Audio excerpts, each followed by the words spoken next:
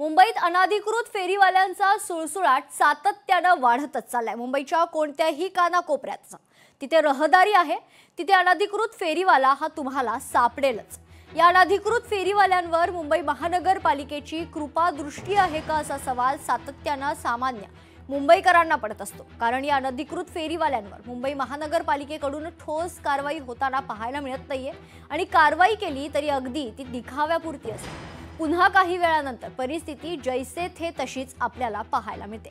त्यामुळे या अनधिकृत फेरीवाल्यांच्या बाबतीत मुंबई महानगरपालिकेचे अधिकारी सोयीस्करपणे डोळेझाक करतानाच पाहायला मिळतंय। या सगळ्याचा आढावा घेतलाय लोकशाहीचे प्रतिनिधी उमेश करंजकर यांनी। पाहूयात। अनाधिकृत फेरीवाल्यांचा सुळसुळाट मुंबईतून काही कमी होताना दिसत नाही। खास करून जर आपण हा सगळा दादरचा परिसर पाहिला, दादर स्टेशनच्या परिसरामध्ये मोठ्या प्रमाणात अनाधिकृत फेरीवाले जे आहेत ते बसतात। सातत्याने मुंबई महानगरपालिकेचे अधिकारी या सगळ्या परिसरात येतात, कारवाई करतात।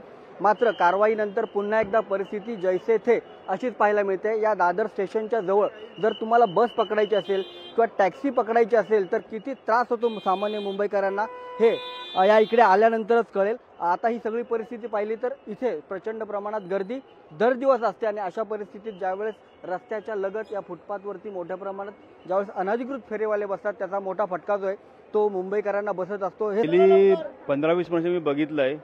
ह्या वर्षी मला भरपूर गर्दी दिसते। यावेळेला पूर्वी 10 वर्षापूर्वी एवढी गर्दी नव्हती आणि काय होतं, आम जनतेला इथे कोणी सहकार्य करत नाही आणि आम जनतेला ती मुंबईत चालायला आणि ज्या गाड्या घेतात लोक त्या गाड्या कुठेही कशा उभ्या करतात आणि जनतेला चालायला मिळत नाही। जे अधिकृत फेरीवाले आहेत किंवा ज्यांच्याकडे हा सगळा परवाना आहे त्यांनीच इकडे काम करायला पाहिजे। मात्र अनधिकृत जे फेरीवाले आहेत ते मोठ्या प्रमाणात सगळ्या परिसरात असतात आणि त्याचा फटका जो आहे तो सामान्य मुंबईकरांना बसतो। त्याच्यामुळे यावर सातत्याने आता लोकशाही मराठीच्या माध्यमातून नजर ठेवली जाईल।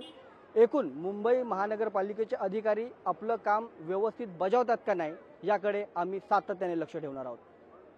कॅमेरामन रोहित सोबत उमेश करंजकर, लोकशाही मराठी, मुंबई। लोकशाही मराठी ऐका, पहा, जागरूक रहा।